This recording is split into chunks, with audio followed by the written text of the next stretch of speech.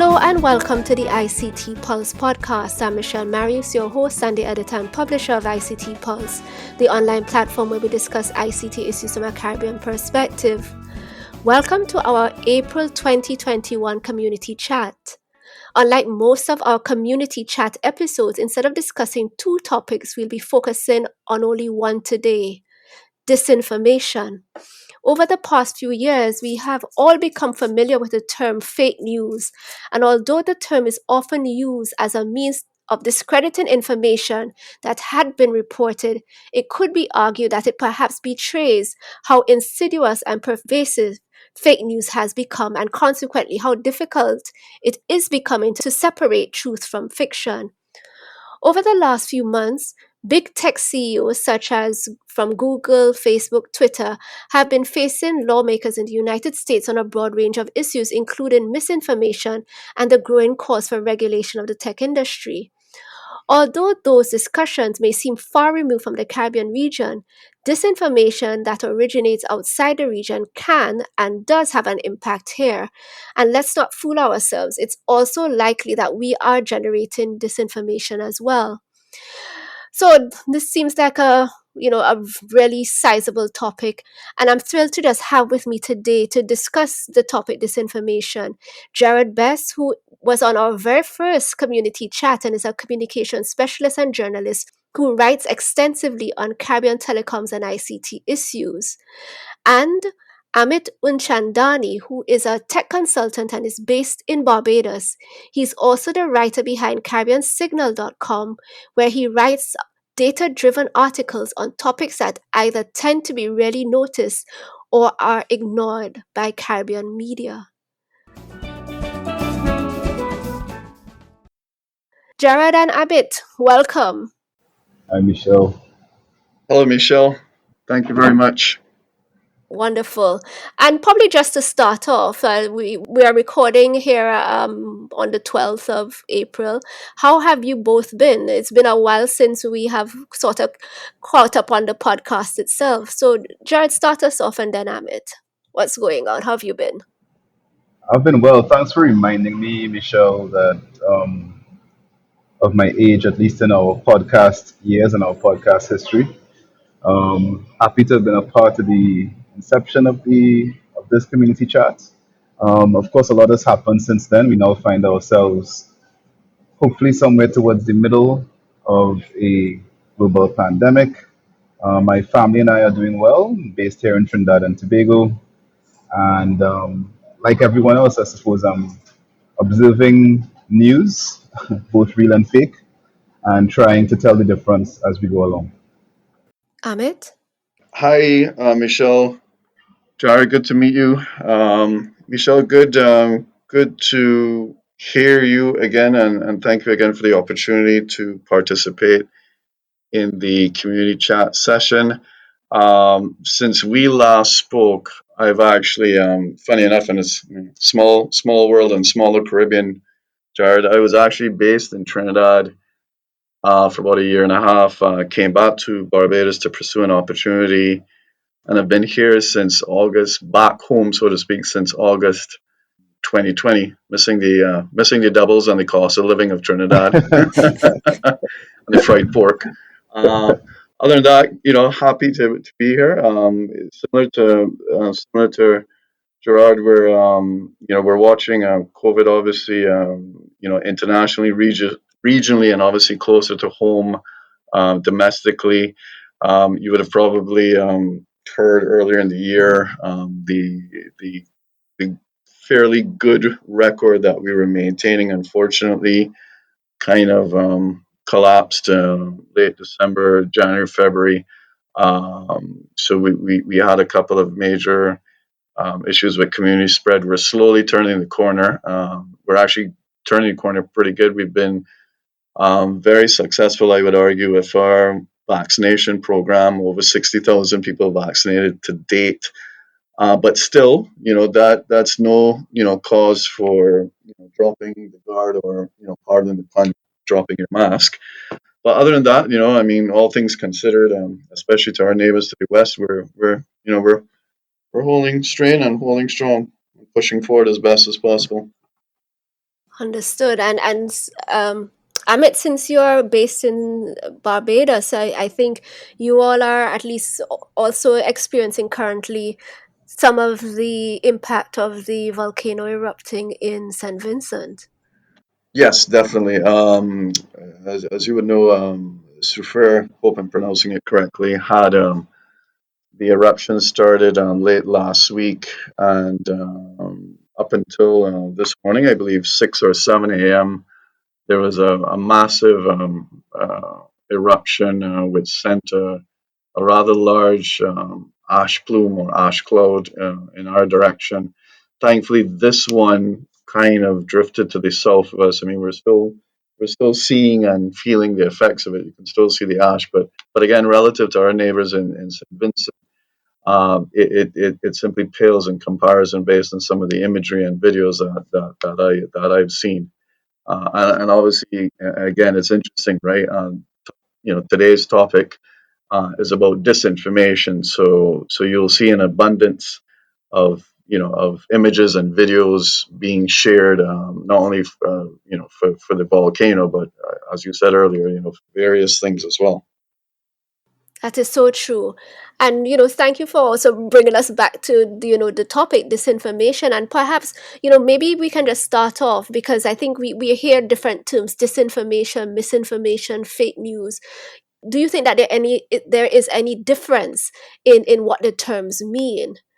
Gerard, start us off, since you probably are the most, formally trained of us in terms of those who write and who try to share information online. Okay, well, when I think about fake news, I tend to think about something that is, you know, either deliberately or unintentionally misleading, and that is being spread whether intentionally or otherwise, but which has the net effect of deceiving, right? So the power of the disinformation isn't so much in the original intent of the one who created it, but it's more so in the quick propagation that it achieves over time or very quickly. Um, I think it's interesting that we're talking about the images. Amit, you mentioned the images that are coming out of St. Vincent, images coming out of Barbados as well, because I know probably many of us and many of your listeners are on WhatsApp receiving and sharing, circulating these images as well. But so many of the images that we saw just in the short period of time between that initial latest eruption of La Soufriere and now, so many of the ones that I've seen have turned out to be fake images, right? Images from previous eruptions, images from eruptions in Elsewhere. elsewhere, and it really is a real life example. It's ongoing right now, and it's another reminder to us of the need to constantly probe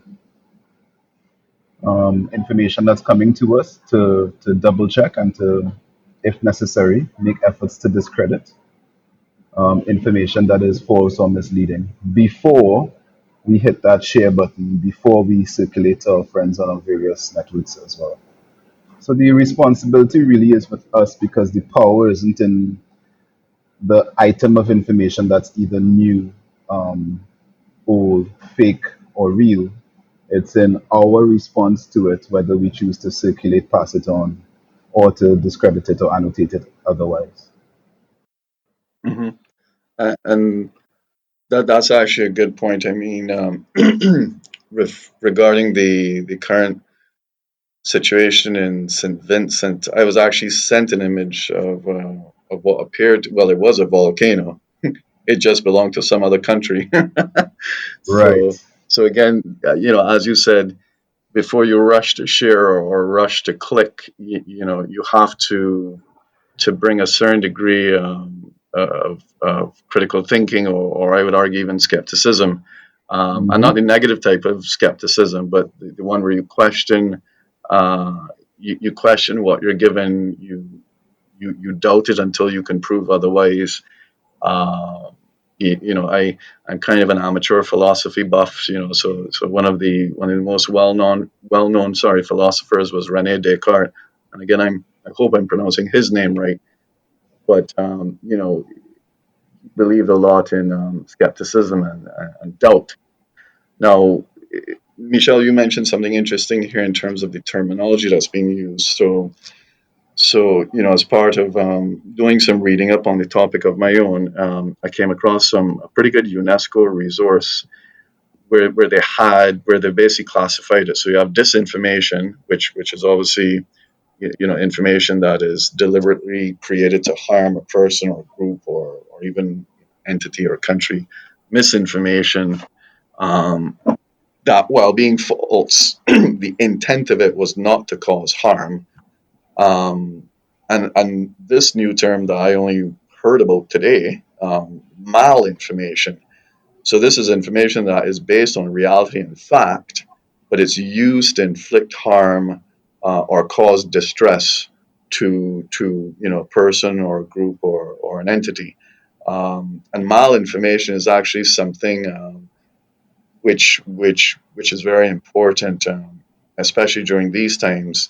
You have this related term called, I believe it's called doom scrolling, where you find a lot of people are just simply glued to their screens and scrolling through various negative news and bad news from all around the world, and that obviously then has further implications, especially in terms of mental health and well-being. So Interesting point, Amit. Yeah. I was even thinking, as Jad was saying, and the onus is on us to probe the messages that we are getting, to sort of interrogate them to see whether or not they may be true and accurate before we send it. But I'm wondering, you know, have we gotten to a point as internet users where, for example, if something comes to you on WhatsApp, for the most part you think that it's true. If you see something on Twitter, and maybe whomever the source might be may also influence whether or not you think it's true.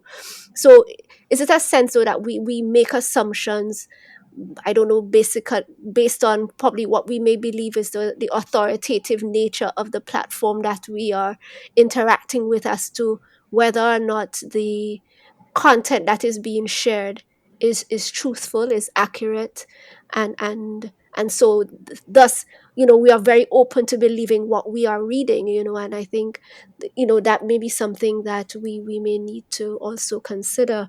But Abid, let me hear what you think. I think, and again, me personally, Michelle, what we have here is not really the fault of technology, right? So what technology does is it amplifies and projects. 10,000 years ago, well, not quite, but when news traveled via the newspaper, that was a form of a type of technology or a form of technology. What was written in that newspaper may not have been necessarily true. I mean, as some of us may know, there are some newspapers out there that still exist today that trend more towards being a little fast and loose with the facts versus other type of newspaper publications. So even if we were to remove and erase social media platforms of today, we still have this problem of disinformation. We also have this, I would say, not necessarily a problem, but we have this deference to what we believe are authoritative sources of information. So even as we are children, disinformation actually starts from when we're small, right? From when we're children, when our parents tell us, X, Y, or Z, we take it on their authority for fear of, I guess, being fear of getting the belt that such and such a thing is the case. But obviously, as we grow older, it goes back to the individual being, questioning everything, critically analyzing and critically thinking. And these are important skills that are transferable across any discipline or profession. But is it technology alone that's created disinformation? No, absolutely not. Disinformation has existed for 10,000 years. what technology has done, what ICT has done, is it has increased the velocity of disinformation traveling. Prior to that, you would get quote unquote news from either the newspaper, the radio, or even within your own, community circle or within your village.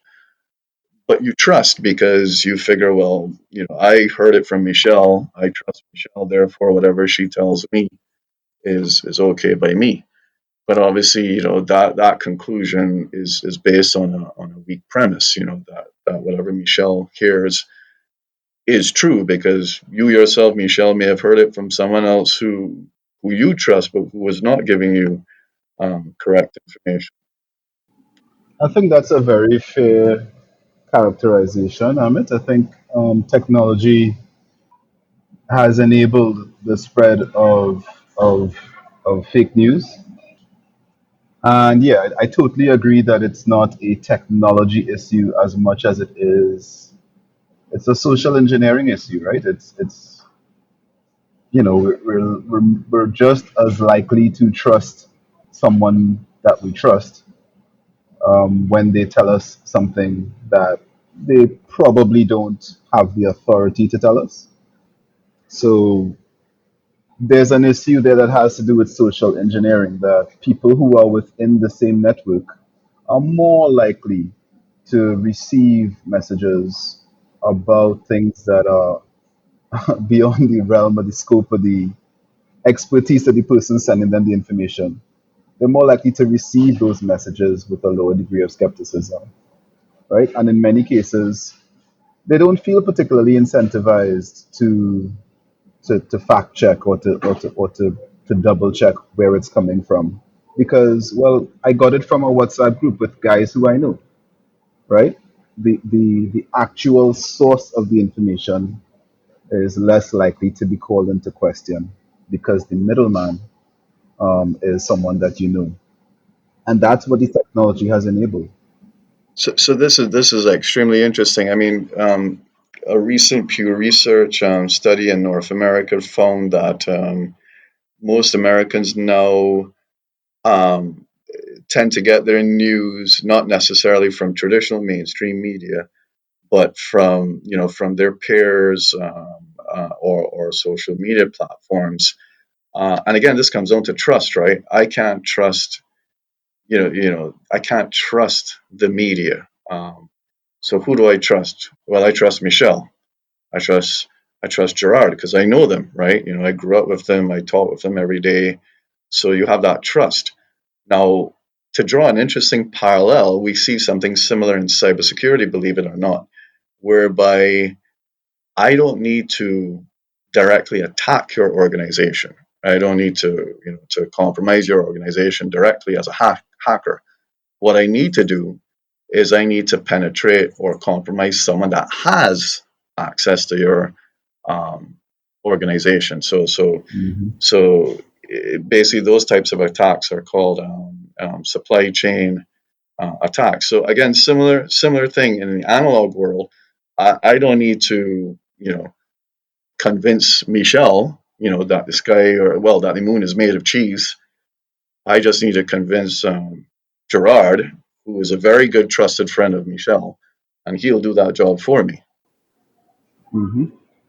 Yeah, and I think if we take it one step further, what we see is that technology has not just enabled the spread, but it actually has now widened the net of responsibility, because there was a time when we were able to say, to point the finger and to blame sort of mainstream media, news outlets, and to say those guys, those are the ones who are responsible for spreading all this bad information.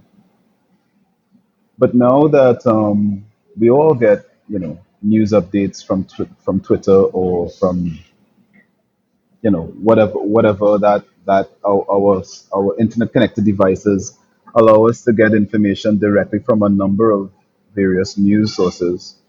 We're no longer even directly dependent on local or regional news channels to bring us, to curate and to bring us those headlines at all. we're now the ones who are responsible for fact checking and for deciding what we pass on, much more directly.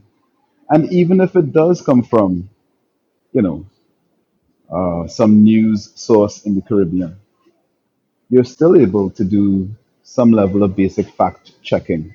And I want to go back to the analogy, Amit, that you gave of, if you're a child, you're able to apply a very limited degree or a more limited degree of skepticism and critical thought to any information that's coming your way.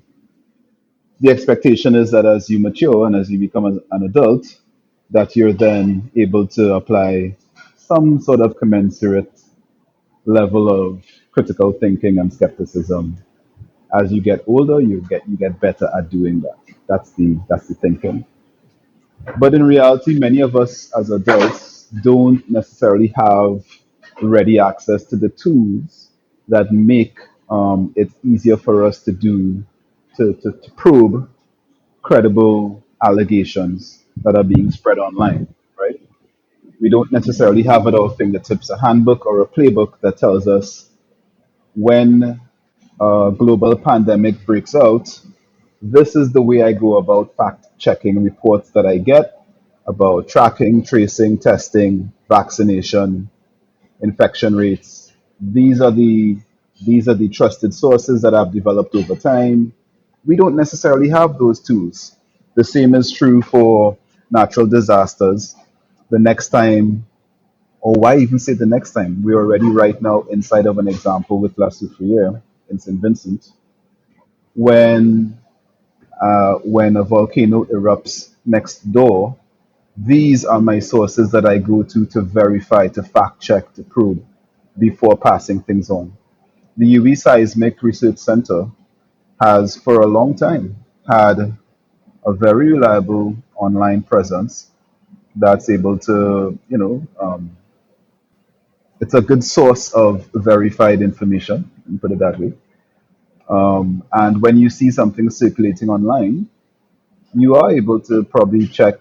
The SRC has the UV Seismic Research Center. They have a website, they have an RSS feed, they have a news feed there, and you're able to actually go on there, and they have a presence on Facebook, on Instagram, on Twitter, on YouTube.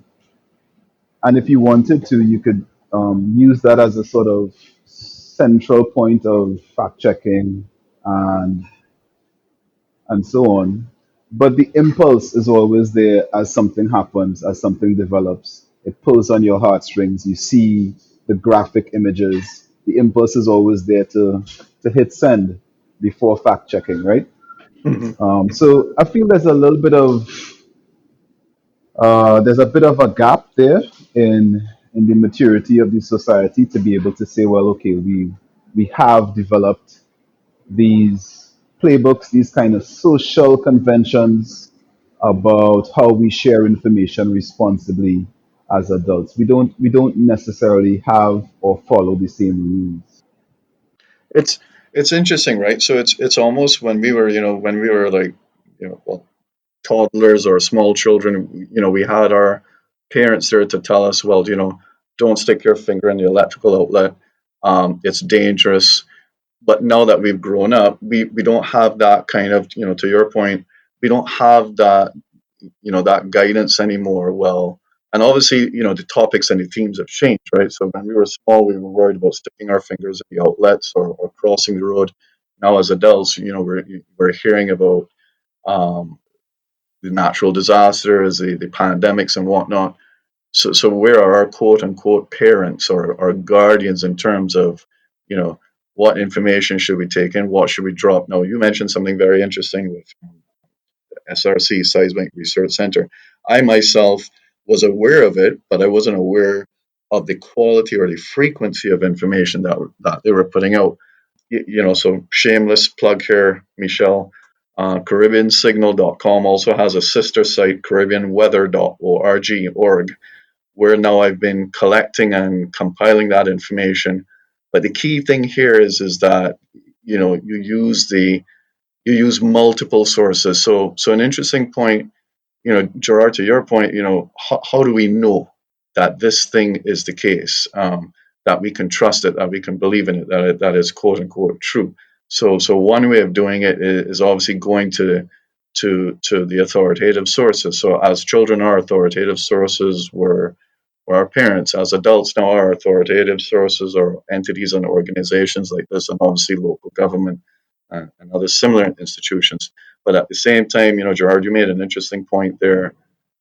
I'm pulling, specifically as a personal example, when it comes to weather-related phenomenon, I'm looking not only now at CRC, but I'm also looking at North America has a group under the NOAA, and ironically, Yes. right, they have volcanic centers, which basically we fall under something called the Washington VAAC, the Volcanic Ash Advisory Center. And I have also been looking at that frequently because they're publishing volcanic ash forecasts. So I'm looking at that. I'm looking at UE seismic. So I think the key, what's coming out of this is that don't take only a single source of information. And if you have to, then make sure that you can that is authoritative or that you can trust it. No different even from an academic point of view. You had primary sources and secondary sources. As an academic, you were told, or I think you're still being told, you don't use Wikipedia as an academic reference. You use the academic journals. So again, this disinformation and finding truth and authority and trust in what you receive, spans every single phase of our life, from when we are little toddlers playing with electrical outlets, to adults as we are now, seeing pictures from St. Vincent. And again, I myself was fooled when I saw a picture of a volcano, and then someone pointed out to me, well, no, this is actually somewhere else. And then upon closer inspection, you see, well, hang on a minute, that looks nothing like St. Vincent.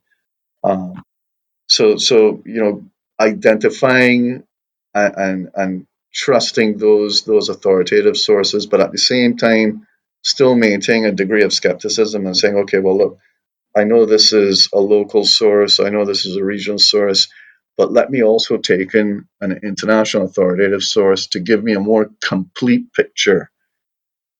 That is so true. But Gerard, I get the sense that you probably want to respond to Amit, but I want to throw in there as well that it's all well and good that we're asking, suggesting that people try and find authoritative sources and the like. But I think even like just coming out of my own experience last week when the volcano in St. Vincent started to erupt, and you wanted to know more what was happening. You probably would have gotten in touch with family and friends that you may have had near, either in St. Vincent or nearby, and I think there was almost a sense though that we are being also driven by the immediacy and just the speed at which we want to learn information. So whether or not you may have, the UAS Seismic Research Center and other platforms that are giving you authoritative information, it may not be coming with a frequency that you would like, and therefore that may also be spurning the speed at which we disseminate information to each other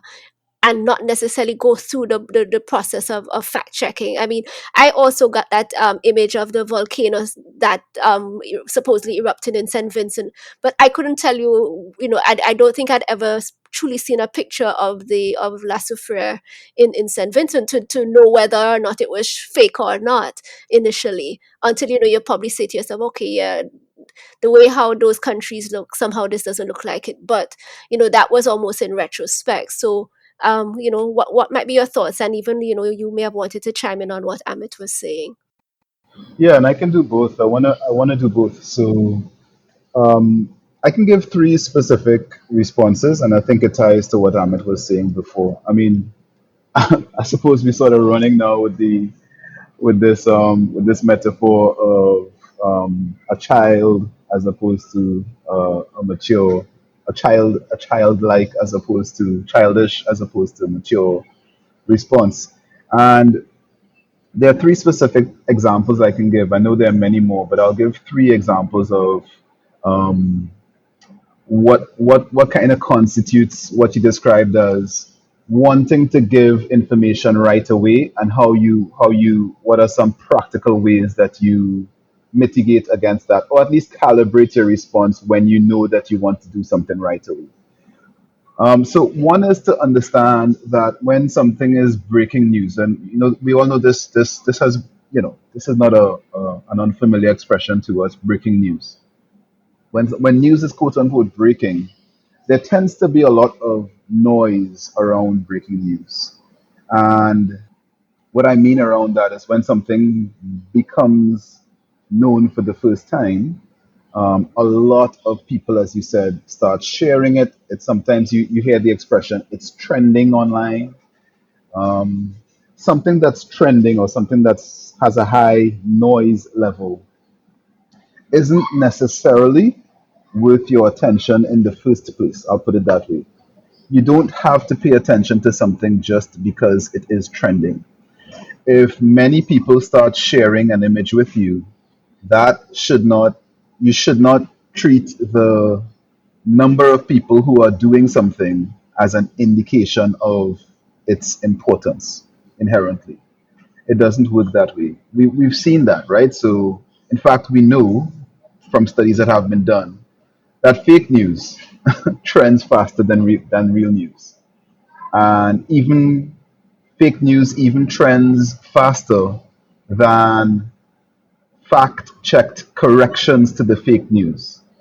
When something is known to be fake and it's annotated as such, and that annotation is then circulated on the same networks, the fake news continues to outperform the correction in terms of its capacity to propagate itself at an accelerated rate. So we know that noise is not a measure of accuracy. So that's important to note. Another very practical one, I think, is we may not realize it, but if you stop to think about it, you probably have a few um, influencers or online personalities or celebrities somewhere in your social networks. You have that one Instagram account that's very popular that you follow.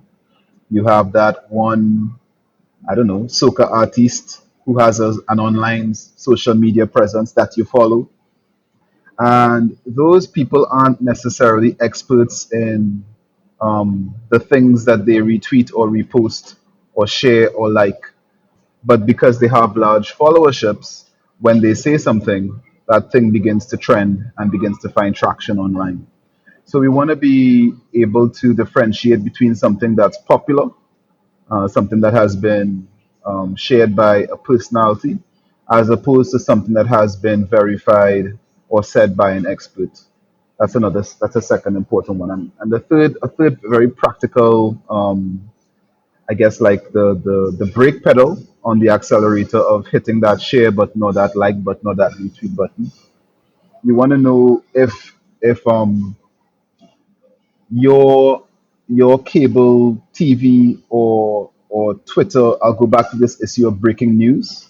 Not absolving myself and my colleagues in the sort of mainstream media from any responsibility here, but I mean, I'll be real. There are times when on cable TV, on online platforms, when something gets tagged breaking, and it really isn't, right? If La Soufriere erupted some time ago and you become aware of the eruption some time ago, the subsequent posts about that eruption no longer need to be breaking per se.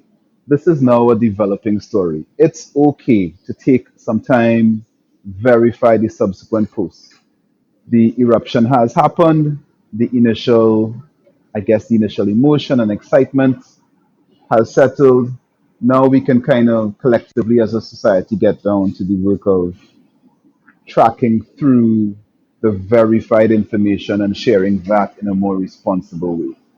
So I guess you can maybe give yourself a little bit of leeway that first time. Something is breaking, you get excited about it. Okay, that happens.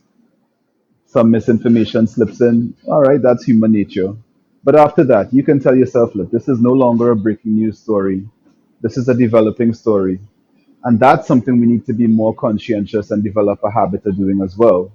It's not just jumping from one news story to the next, But the people who are being displaced from St. Vincent and having to find, you know, places to live in Barbados and in St. Lucia and in Antigua and wherever else our Caribbean brothers and sisters have opened their homes, that's a situation that's going to be going on for a long time. And sometimes something falls out of the news cycle, and the next breaking news story jumps up, and we jump over to that. We forget the work of tracking through and being sympathetic to the plight of people who were in the last breaking news cycle. So I think that's on us as well. Hmm. So, Michelle, if I may ask Gerard a question, especially given his background in journalism and communications, it's so interesting that you say that, right? It's as if for human beings, the breaking news, the doom and gloom, is more exciting. It's basically, and I'm not saying that I don't mean to say this in a callous way, obviously, or in a bad way.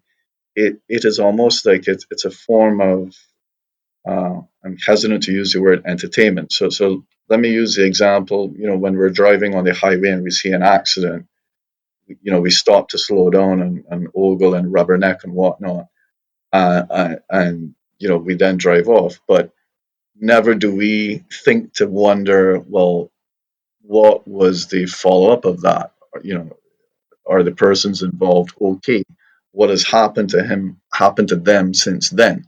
So similarly, on a larger scale, we're talking about the volcano, and we're oohing and eyeing and gasping, figuratively and literally at the pictures that we see and the videos that we see. But to your point, Gerard, we're not thinking, well, how are our neighbors, what are they going to do in the next hour, in the next 12 hours, 24, 6 months from now?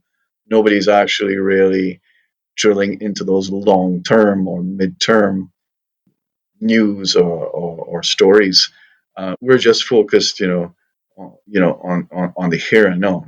Oh my gosh, look at what happened. Look at this picture. Look at this. And we're completely forgetting at the same time that this is actually similar with an accident. This is actually happening to people, and that what we see there in our short attention spans, and tangentially, technology has also more. I haven't done the research, but I'm sure technology has also decreased our attention spans. But basically, in that short space of the moment, when we see a picture, when we see a video, be it a volcano or be it a car accident, within 5 minutes, we're off consuming. It's almost as if we, to use an analogy, we live in a fast food era of news as opposed to Right. fine dining or sit down dining. Yeah, I agree. And we've seen that, right? We've seen the effects of that fast food as well, right? Where you can tell this is something that I think has been exaggerated, or it's become more clear, I guess, post pandemic inside of the lockdowns that have occurred across the Caribbean as a result of the public health restrictions put in place to try to mitigate the effects of the COVID-19 pandemic. Because you've had people at home, presumably with more free time, and spending a lot more time on their screens. And I mean, I haven't done the research. I don't have my fingers on the research either. But I would agree that anecdotally, certainly if I think of myself, my own capacity to hold on to something for a longer time, I could feel that being diminished over the period of the lockdown as well. You can feel how the sources that you go to for news, you can feel them becoming less and less and less over time. You kind of become part of an echo chamber, I think, over time as well. It's interesting because I think a lot of the behaviors that I read about when my own consumption of media was less, I guess moving around more, having to commute, being stuck in traffic for long periods of time, I feel like you had more of an ability, or sitting down in different places, being stuck in airports or whatever, having to travel. Just your capacity to kind of um, consume long form journalism was different, I feel. Now, with kids being homeschooled and working from home and basically doing everything inside of these four walls, I do find that um, my attention span is changing. That's definitely true for me, just my own anecdotal experience as well. That is so true. I think, even for me, what I do find is that, you know, I wonder, I think, whether or not with the 24-hour news cycle, the fact that, for example, if I go on social media, let's say Twitter or something, and you can sort of scroll through and see what probably some of the headlines might be, that there is this growing hunger for more and more news, more content. And even for, our traditional media houses, who are also plagued with having to find content for their platform, one may be also finding that they are struggling to get eyeballs to their site, and that is affecting revenue.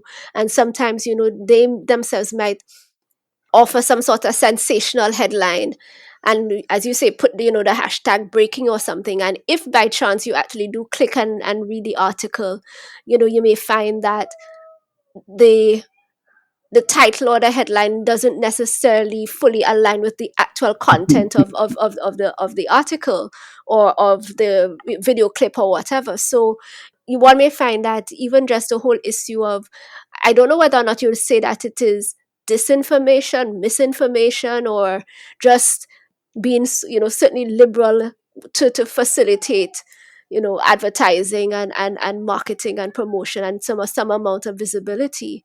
But these are also some of the experiences that one is having as well. I'm not sure which of those labels I would attach to it. My sense is that fake news doesn't have that additional stigma of being intentionally or deliberately misleading. But yeah, disinformation for sure is something that's being spread with that intention. It's a deliberate, strategic attempt to deceive. I don't know that we can ascribe that level of agency to the half truths and bits of information that circulate now around things like COVID-19, La Sofia volcano, and whatever other breaking news kind of populates our various social media feeds. And quite frankly, I'm not sure that it even matters. Journalists themselves also make mistakes. Yes, I agree. What you said just now is true. There are, and I think Amit, you referred to this earlier as well. There are, I think you used the example of newspapers from 10,000 years ago that would deliberately slap sensational headlines on there with the intention of having people click through, only to find that the headline didn't quite align with what actually constitutes the actual meat of the breaking news that was purportedly being shared. So it's a little bit of column A, a little bit of column B. It's it, it's interesting. The 10,000 years, the news would have been probably carved out on tablets, but not the digital kind, the stone kind. But you're, I think, Michelle, I think you were also speaking to the economics of it, right? I mean, a lot of what we get, a lot of what we consume, the internet is heavily subsidized, and this is something that's come up before. The web, well, the internet basically, the web is a derivative of it, is heavily subsidized by advertising. A lot of news sources that we rely on, again, subsidized by advertising. You look at some of the traditional media houses in the US, the long-standing uh, Times, Journal, Tribune, and other big name newspapers. They're because of digital, because of online, social media platforms like Facebook, for example, because of people now going to their own circles and their own peers. They're not depending on traditional media anymore. You see revenues declining, and how do you boost those revenues, right? I mean, people, you're dealing with almost like a perfect storm. You have all these alternative sources of news. You have declining attention spans. You have technology itself, which is making you aware of these things that are going around in the world in real time. I mean, Hmm. 100 years ago, you don't know what's happening across the Atlantic. So in other words, these things are still happening. It's just that technology now brings us a front seat um, to everything that's going on. And with the advertising model, that's why you have, we were mentioning it before with the titles. That's why you have the term clickbait, right? You know, a title like, this one thing will help you do X. And that's an example of a clickbait title. Immediately subconsciously is something about us as human beings that, oh my gosh, I have to click this thing to find out what this one thing is that will improve my life 10x, only to realize that the actual quality and substance of the article is lacking. But therein in itself is another part of the problem too, because I would argue that from young, we've, let's say for argument now, we've left toddler and now we're in primary school and secondary school. Why wait till tertiary to develop critical thinking skills? I argue start from primary school, secondary school.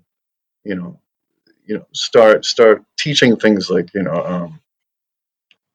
how to be skeptical, not necessarily from a negative point of view in terms of hating on everything you've seen, but that seems to be the pop culture understanding of skepticism. There's a totally different understanding of it.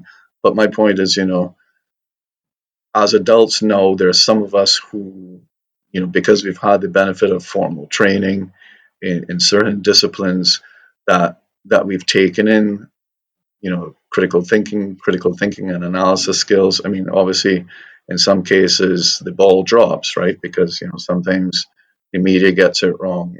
I myself, got it wrong with the volcano image, and I had tertiary level education, which is supposed to provide critical thinking and whatnot. But I think to reduce the risk, to mitigate the risk of it occurring, to reduce it, I would argue that we need to go back even further and from as early as primary school start teaching the basic concepts of how to think critically. If they can teach such a deep, rich and wide subject as philosophy at primary school, then I'm sure we can start pulling out bits, especially the part around critical thinking and analysis, and start also you know putting that into the educational system from early. Yeah, I Not think that that so. I not that think that's the any guarantee, mind you, because forgive me, Gerard. Sorry, not that that's any Mhm. guarantee that you'll always be able to, at a moment's notice, within 2 seconds, determine, okay, what Gerard is saying is true, what Michelle is saying is false, and what Amit is saying is, well, I don't know, I'll get back to him. But it will help reduce, the occurrences or the slip ups. Sorry, Gerard.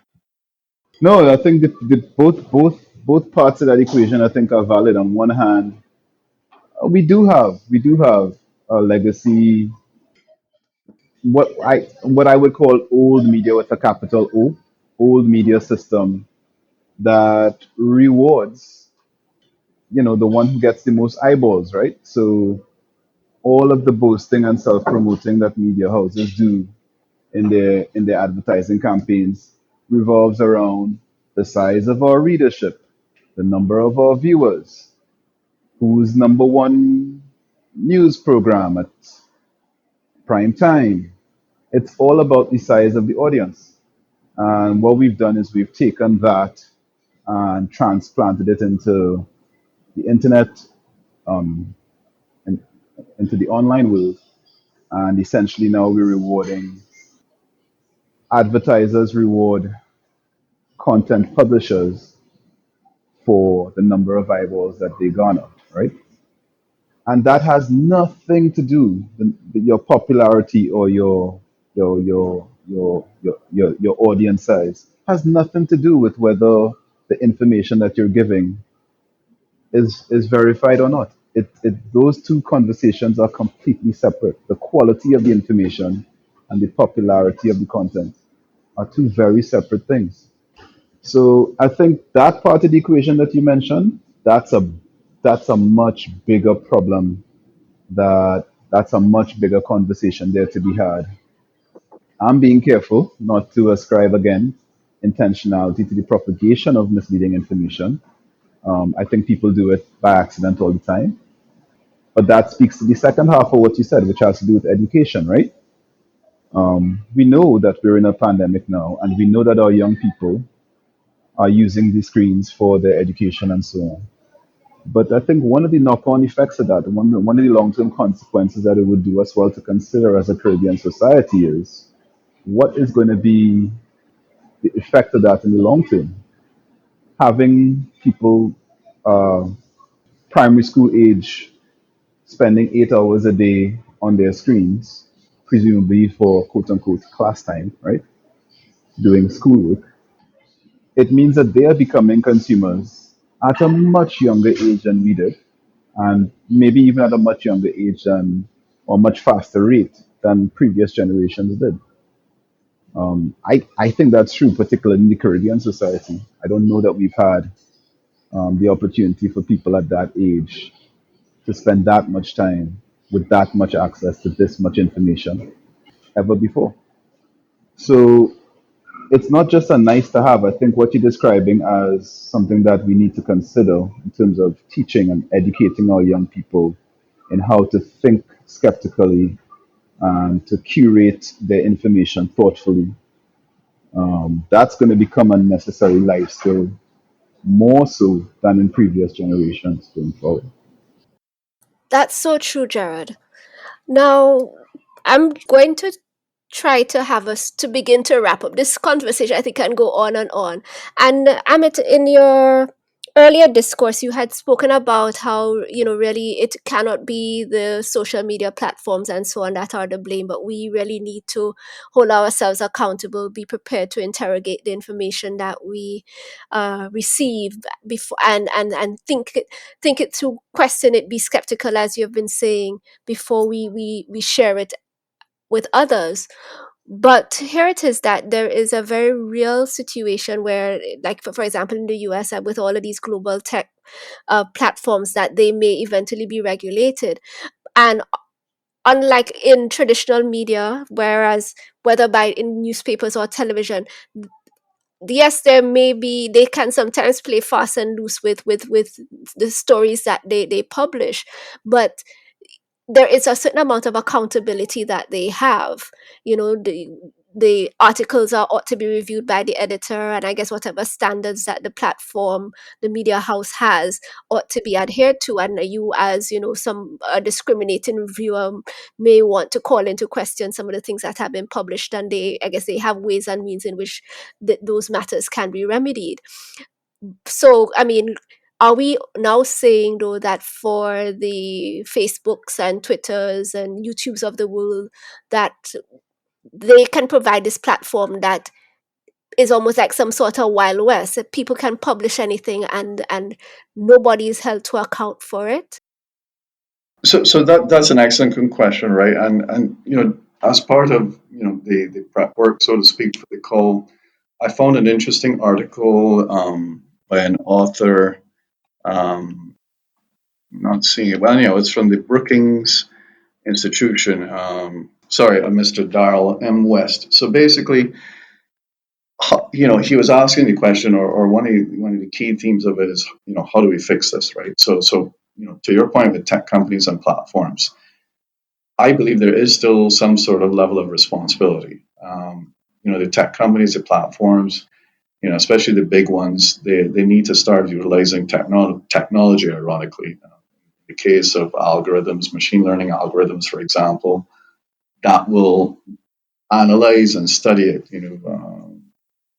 do sentence analysis and do comparisons, right? So the technology is there. They just need to start building it out to, and Facebook has made some inroads towards doing that. Twitter itself, you would have seen the former president's posts were being flagged as not being, may not be valid or may not be confirmed.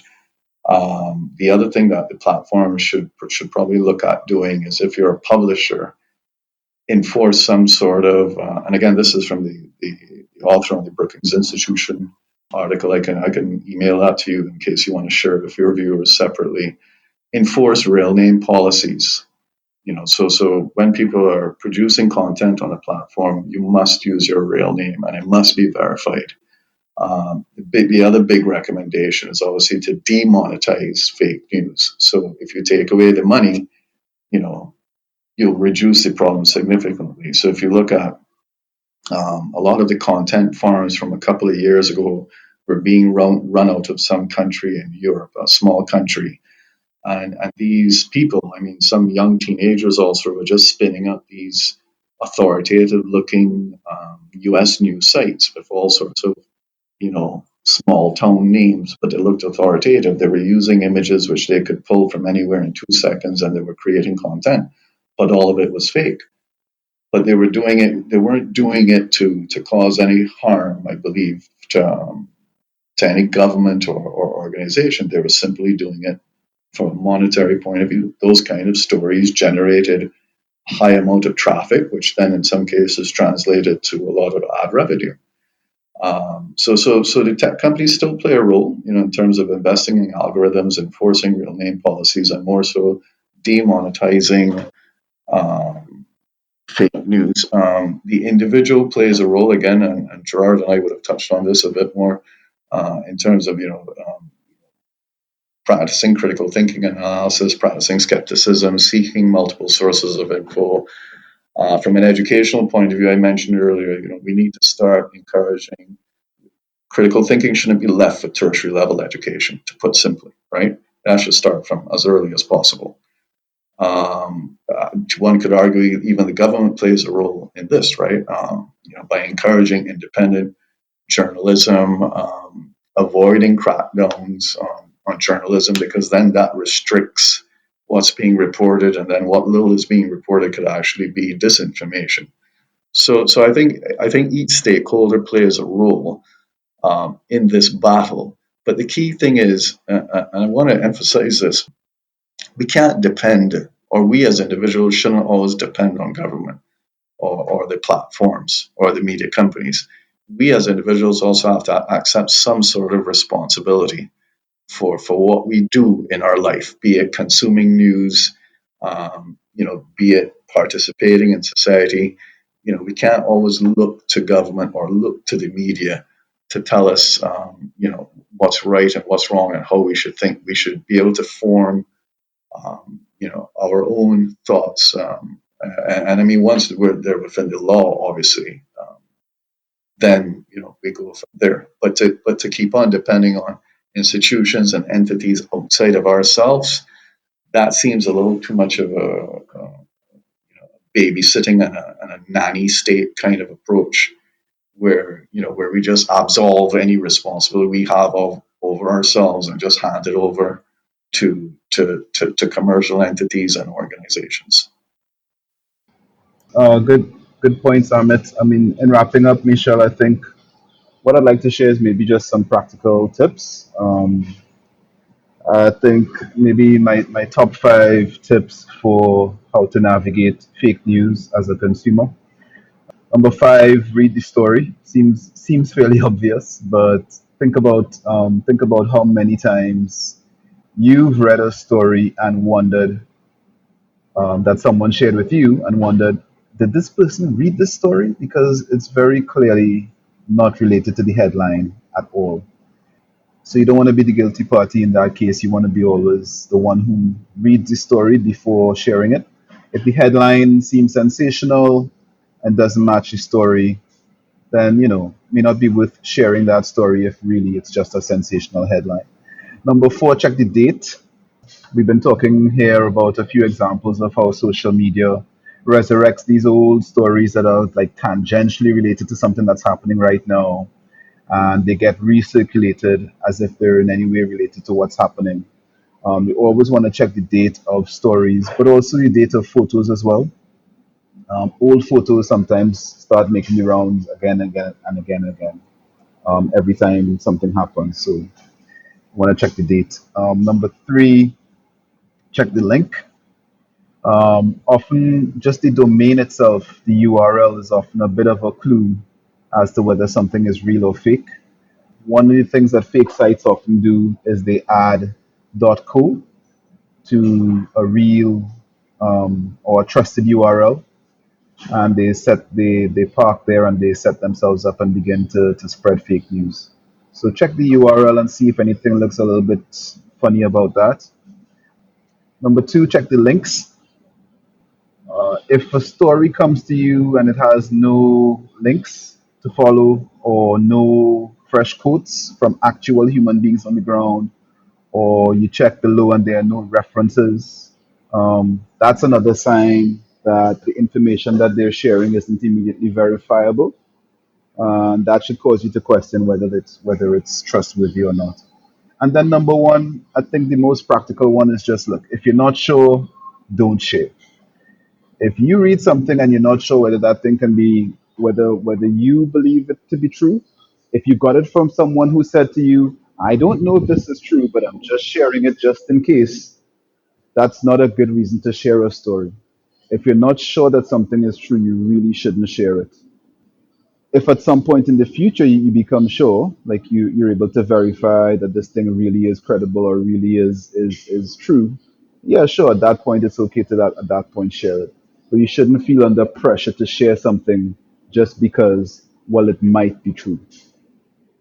And those are my top five tips. Wrapping up. Thanks so much, Gerard. Gentlemen, this has just been a very deep and I think hopefully thought provoking discussion for our listeners, because I am still sort of reeling from some of the points, and Lord knows there is so much more that we could cover. But I think that this is certainly a good place to stop, to allow us to all reflect, and certainly to use some of these tips that both Gerard, you and Amit have shared as well. And I really think, though, that as Amit is saying, and certainly you, Gerard, that we really as individuals need to become a little bit more discriminating, and regardless of who might be responsible and what regulation, legislation is put in place, that we also are proactive in interrogating the information that is coming to us, determining whether or not we think it's authoritative and should be relied upon before we share it, before we feel as if we are better informed on a situation. Because there are so many other issues going on, underlying issues, whether or not it's platforms trying to get eyeballs, people looking to develop influence and to highlight their own audiences, that may also be playing into as well. So I think these are just some tremendous takeaways that hopefully the listeners will have, and that we will continue to keep in mind as we move forward. So thank you so much for joining me on this community chat. Thanks, Michelle. A pleasure as always. Thanks for having me. Thank you, Michelle. Good to meet you, Gerard. Thanks again for the opportunity, Michelle. Take care and be safe, everyone. That's it for today's episode. Thank you so much for listening to the ICT Pulse podcast. You can find links to some of the things we talked about on our website, ict-pulse.com. If you like this episode, please show your support by leaving us a review on iTunes, as it will help others find the show. You can email us at info@ict-pulse.com, or drop us a note on our Facebook page, facebook.com/ICTPulse, or via Twitter @ICTPulse. We hope you'll join us again for our next episode. Take care.